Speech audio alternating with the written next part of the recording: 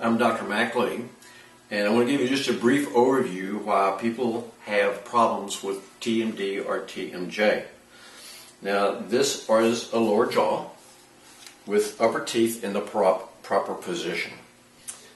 Now, when you look at the upper jaw and then you look at the joint that corresponds with the bite in the jaw, you can see that there's this yellow thing in here, and that is called the disc. This is the disc that's on the TMJ, and what the disc does is it slides down as the jaw openings, kind of like a lifesaver sitting on top of a joint. And this is the proper place to be. That's because the upper jaw is in the right place and the lower jaw is in the right place. But let's say that the patient had breathing issues and this upper jaw did not develop correctly, or let's say that the patient had 4 bicuspid extractions and the teeth now no longer fit correctly. So we will put in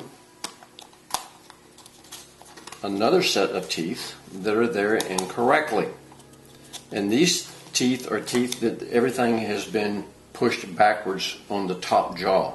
Now, in order for the teeth to come together and be able to chew, the lower jaw has to go backwards. And you can see that the joint is in front of, the disc is in front of the joint. So now when the patient opens, that's where you hear the click. You can kind of hear the click right there. Now this joint's being pushed in the ear. That can cause ear problems, that can cause TMJ, that can cause TMD, it can cause lots of other problems. So what we want to do is to fake the teeth and the jaws and the brain into thinking that a patient has a good bite.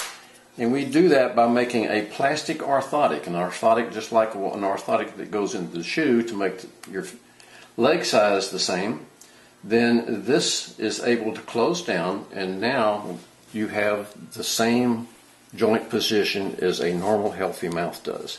This appliance is usually worn 24/7 or maybe just at night, and it does absolutely wonders for the TMD patient.